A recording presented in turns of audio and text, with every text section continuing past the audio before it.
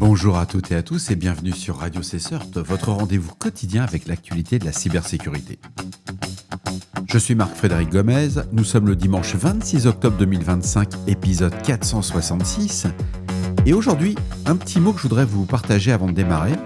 Radio CSERT a franchi une nouvelle étape. Avec le lancement de Radio CSERT International, la version anglophone de notre podcast, désormais disponible sous une forme de newsletter quotidienne. Et l'objectif, c'est de rendre accessibles nos analyses techniques à un public international, que ce soit aussi bien des CERT, des CISERT, des SOC ou de la Cyber Threat Intelligence, tout en gardant le même ton professionnel, neutre et factuel. C'est un véritable défi, car il va falloir produire chaque jour un contenu rigoureux, vérifié et désormais bilingue. Bon, enfin, l'IA aide énormément, faut pas le cacher. Mais aussi, c'est une belle évolution pour partager la veille francophone sur la scène mondiale. Donc, si vous voulez suivre la version anglaise, j'ai créé sur un Substack une newsletter qui s'appelle Radio CSERT INTL pour international.substack.com et je pense que ça va sortir très prochainement en espagnol, en italien, en polonais, en allemand. C'est juste une question de voir si je peux m'appuyer sur les traductions automatiques ou pas. Et je voudrais être sûr que ce que je raconte soit correct. Pour le moment, sur l'anglais, c'est plutôt pas mal. Et maintenant, place à l'actualité cybersécurité du jour. On a une vulnérabilité critique dans Dell Storage Manager, une campagne de phishing OAuth baptisée Cofish exploitant Microsoft Copilot Studio. Je suis pas sûr que ce soit une nouveauté. Une prévision Q4 2025 de la fondation First.org avec près de 13 000 CVE attendus. On n'est pas prêt d'arrêter de patcher. Un focus sur la gestion des machine keys d'ASP.NET. Une nouvelle vulnérabilité, la CVE 2025 43 995 sous investigation. Une attaque DDoS contre l'agence russe Roselkoznador. Et pour conclure, je vous parlerai d'un article que j'ai fait sur les postes de travail idéal pour un analyste CERT. N'oubliez pas que l'ensemble des sources utilisées pour faire ce podcast sont disponibles sur le site de radiocert.org ainsi que dans la description de l'épisode. Et on n'oublie pas de s'abonner au podcast. La fondation First.org a publié un article d'Erean Leverett sur les prévisions de publication de vulnérabilités pour le 4e trimestre 2025. L'équipe prévoit 12 972 nouvelles CVE avec une marge d'à peu près 1156 vulnérabilités en plus ou en moins. Cette publication sera effectuée par le NVD d'ici le 31 décembre 2025. L'équipe n'avait pas pu publier de prévision au trimestre précédent en raison de contraintes opérationnelles. Pour le trimestre suivant, une augmentation est attendue avec 14 032 CVE et c'est prévu jusqu'au 31 décembre 2026. C'est-à-dire que sur un an, on va prendre 14 000 CVE de plus supplémentaires. Les prévisions incluent désormais plusieurs intervalles de prédiction. Il existe une probabilité de 10% que le nombre réel dépasse les 14 129 vulnérabilités ce trimestre. Et une conférence s'est tenue à Cambridge en Angleterre cette année. Plusieurs étudiants travaillent sur des prévisions de vulnérabilité. Les discussions ont porté sur l'évolution des prévisions avec des aspects beaucoup plus précis comme les produits, les vendeurs, les vecteurs CVSS, les COWE et les CNA. C'est à lire, c'est un peu court, c'est juste quelques pages d'écran, mais la méthodologie, elle est bonne. On revient encore sur la vulnérabilité sur WSUS, car Microsoft a publié le 24 octobre une mise à jour de sécurité hors bande, ce qu'on appelle hors cycle, pour corriger cette vulnérabilité critique d'exécution de code à distance dans Windows Server Update Services. La CVE 2025 59 287, qui affecte quand même les versions Windows Server de 2012, 2016, 2019, 2022 et 2025, et un correctif précédent n'avait pas entièrement résolu le problème. La vulnérabilité permet à un acteur non authentifié d'obtenir une exécution de code à distance avec des privilèges système. Les serveurs exposés sont ceux avec le rôle WSUS et les ports activés doivent être ouverts les 8530 et les 8531. Ce correctif a été publié le 23 octobre. Un redémarrage des serveurs est nécessaire après installation pour finaliser la mitigation. Alors la CISA recommande d'identifier en priorité les serveurs vulnérables, d'appliquer la mise à jour puis de redémarrer.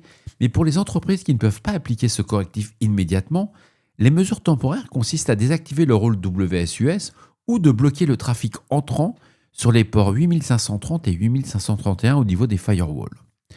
De plus, il faut savoir, et pour rappel, on l'avait déjà indiqué sur Radio CSERT, la CISA a ajouté la CVE 2025 59 287 à son catalogue les Cloud Exploited Vulnerabilities le 24 octobre. Bref, vous l'aurez compris, On ne réfléchit pas, on patch.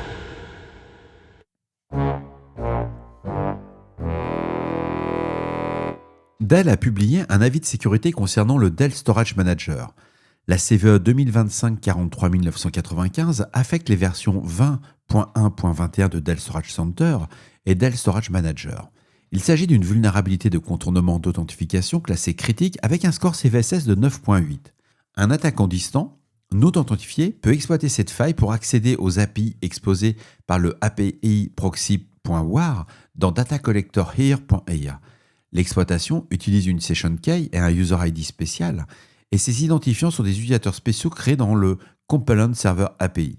Cette vulnérabilité est référencée sous on appelle ça une faiblesse, la CWE 287, avec une authentification inappropriée.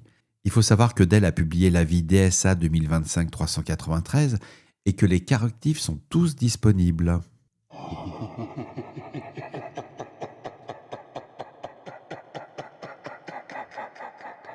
Toujours chez Dell, la CVE 2025-43994 concerne le produit Dell Storage Center dans sa version DSM 20.1.21.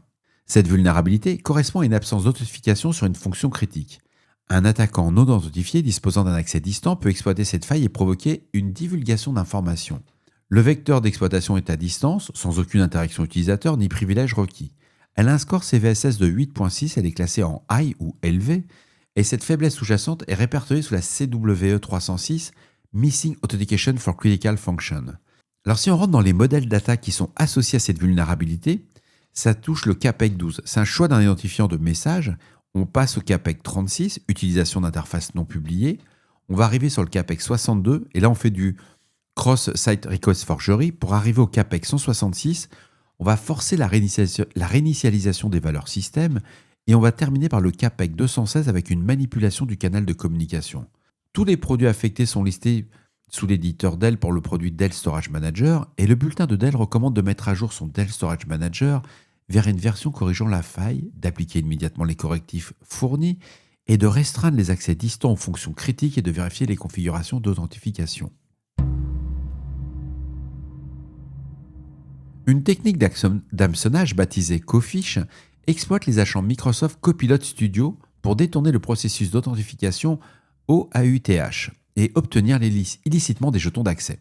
Cette méthode a été découverte par des chercheurs de Datadog Security Labs et signalée le 25 octobre 2025, et Cofish repose sur des agents Copilot hébergés sur le domaine légitime, par exemple copilotstudio.microsoft.com, rendant les pages frauduleuses difficilement détectables par les utilisateurs. Les attaquants vont créer un agent malveillant dont le sujet de connexion ou le logging topic est configuré pour rediriger l'utilisateur vers un fournisseur d'authentification contrôlée ou vers une URL externe, et lorsque l'utilisateur clique sur le bouton de connexion, son jeton OAuth est intercepté et transmis à un serveur de collecte tel qu'un Burp Collaborator via un en-tête token.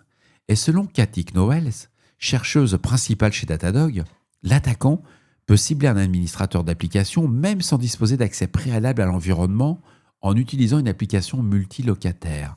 Je recommande fortement l'article, c'est vraiment le bon niveau. Il faut savoir que les utilisateurs dotés de privilèges d'admin peuvent approuver des domaines d'autorisation de ces applications, qu'elles soient internes ou externes, même lorsqu'elles ne sont pas vérifiées. Et une fois l'agent malveillant activé via la fonction de site de démonstration, les attaquants peuvent diffuser le lien vers leur cible par courriel de phishing ou par des messages Teams. Comme le domaine appartient à Microsoft et que la présentation visuelle est crédible, toutes les victimes pensent interagir avec un service copilote légitime. Après validation, cette redirection vers le token botframework.com semble normale dans le cadre du processus d'authentification de copilote, tandis que le jeton de session est silencieusement exfiltré. La particularité de l'attaque réside dans le fait que le trafic provient des adresses IP de Microsoft, masquant ainsi la communication entre la victime et l'attaquant. Ce qui est très intéressant, c'est que Microsoft a confirmé l'existence de la faille et annoncé des mises à jour futures pour corriger la cause sous-jacente. Je répète, a annoncé des mises à jour futures pour corriger la cause sous-jacente. Ce qui veut dire que pour le moment, vous êtes ponçable. L'éditeur recommande de restreindre les privilèges administratifs, de réduire les permissions d'application et d'appliquer des politiques de gouvernance strictes. Je vais être bienveillant. Quand je lis ça, j'ai envie juste de dire un mot, vous n'utilisez pas Copilot et ça se passera mieux. Datadog suggère en complément d'établir une politique de consentement applicatif renforcée, de désactiver la création d'applications par défaut et de surveiller les événements liés au consentement et à la création d'agents copilotes dans Entra ID. Suite à cette annonce, votre serviteur a publié le 24 octobre 2025 un article intitulé The Ideal Workstation for a CERT Analyst, Incident Response Forensic and CTI. Alors je tiens à préciser, il s'agit d'un essai avec une perspective très personnelle et une vue très personnelle sur de quoi avons-nous besoin en tant que station de travail quand on travaille dans un SOC, un CERT ou un CSIRT ou qu'on est un analyste senior. J'ai décrit des exigences matérielles pour un poste d'analyste CERT, des recommandations qui incluent des processeurs, que ça aille de 8 à 12 cœurs, du 64 bits, du 32 à 64 Go de RAM, etc. Et pour le stockage, j'ai même recommandé des SSD NVMe pour des systèmes et des configurations en RAID disk et des disques de 4 à 8 Teraoctets pour les images forensiques. L'environnement logiciel décrit l'utilisation de distributions Linux spécialisées. Donc je vais parler de la Sense, je vais parler de Kane, de la Tsurugi Linux et de Kali Linux. L'article va aborder aussi la sécurité et l'isolation du poste de travail des analystes, avec des recommandations très fortes sur la segmentation réseau, le chiffrement des disques et les pratiques de confidentialité. C'est pas de l'autopromo, c'est plutôt une question qu'on me pose régulièrement. De quoi on a besoin quand on est un analyste? C'est là-dessus que j'ai tourné l'article et je me suis dit... Alors l'article il est long, j'ai fait un pavé. Comme on dit, je me suis un peu lâché. J'ai utilisé mon retour d'expérience sur ces 10 dernières années. Parce qu'au départ, quand on faisait de l'analyse, c'était assez limité et au niveau de la protection qu'on mettait. Mais les équipes de réponse à incidents sont devenues des cibles pour les cyberattaquants. Et il faut savoir que quand on a de l'IA poisoning dans ces systèmes, c'est extrêmement facile de planter une équipe de réponse à incidents. Donc je suis rentré dans tous ces petits détails. C'est un article à lire. J'attends beaucoup de vos retours pour savoir est-ce que j'ai été complètement hors sujet, est-ce que j'ai oublié certaines parties. N'hésitez pas à me faire tous vos retours. En tout cas, moi, j'ai trouvé ça sympa et c'est toujours gratuit. Bref, si je m'applaudis pas, personne ne va le faire.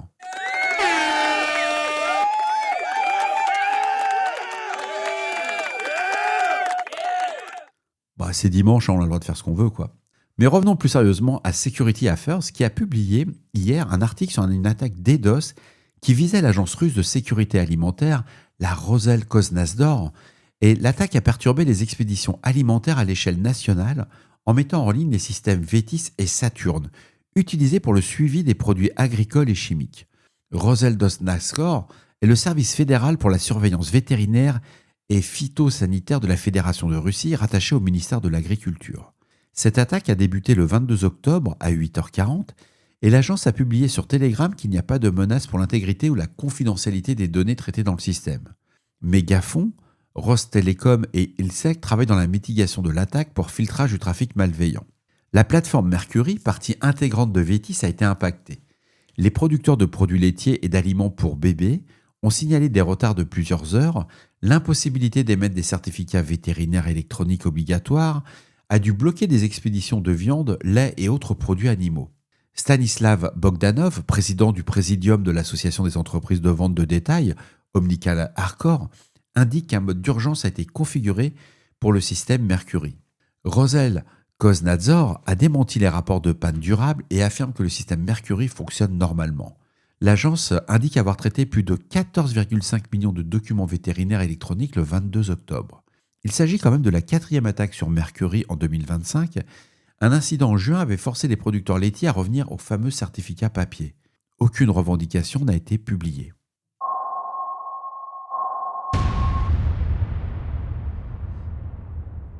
Un article qui a retenu mon attention du journaliste Priya sur l'exploitation de clés de machine ASP.NET, exposé pour injecter un module malveillant dans 2IS. Le module malveillant est identifié sous le nom de Hijack Server. Les attaquants exploitent des clés machines ASP.NET publiquement divulguées ou faibles. Ces clés sont nécessaires pour valider des déchiffrements de données ViewStat et les attaquants vont récupérer ces clés depuis des dépôts de code abandonnés, des forums de programmation ou des plateformes comme SharePoint. Microsoft avait averti début 2025 que plus de 3000 clés machines étaient exposées. Ces techniques d'escalade de privilèges utilisées incluent EFS Potato, Dead Potato ou pour obtenir un contrôle de niveau admin sur vos serveurs et un rootkit signé avec un certificat de signature de code expiré est déployé pour masquer les fichiers clés de registres et processus liés à l'intrusion. Hijack Server est un module 2IS natif écrit en C et en .NET. Il fonctionne comme un outil de scam SEO, générant de fausses pages d'investissement visibles uniquement par Googlebot. Et comme backdoor non authentifié, le module permet l'exécution de commandes à distance et le téléchargement de fichiers via des entêtes HTTP. Les domaines de staging sont enregistrés à Hong Kong et protégés par Cloudflare. Un outil de déploiement graphique en langue chinoise est utilisé. Il y a des variantes qui existent pour Apache via PHP et pour les plateformes .NET. Et en septembre 2025, il y avait au moins 171 instances de serveurs 2IS qui ont été identifiées avec la backdoor installée, affectant des centaines de domaines au niveau mondial. À lire. Et voilà, cet épisode du dimanche 26 octobre se termine. J'espère qu'il vous apportera des informations claires et utiles. N'hésitez pas à me faire vos retours sur le répondeur de Radio CSERT au 07 68 72 20 09 ou pour les plus timides par email sur radiocessort@gmail.com. On se retrouve demain pour un nouvel épisode. D'ici là, on ne réfléchit pas, on patch. Je vous embrasse très fort. Je vais préparer la raclette. Ouais, là c'est dimanche, c'est raclette. C'est pour ça que j'enregistre ce matin, parce que sinon je pense que cet après-midi c'est mort. Vous n'aurez pas votre serviteur et je pense que l'épisode va être très très mal. Je vous embrasse, je vous souhaite un très bon appétit pour ceux qui n'ont pas mangé, qui m'écouteront avant de déjeuner. Et une très bonne raclette.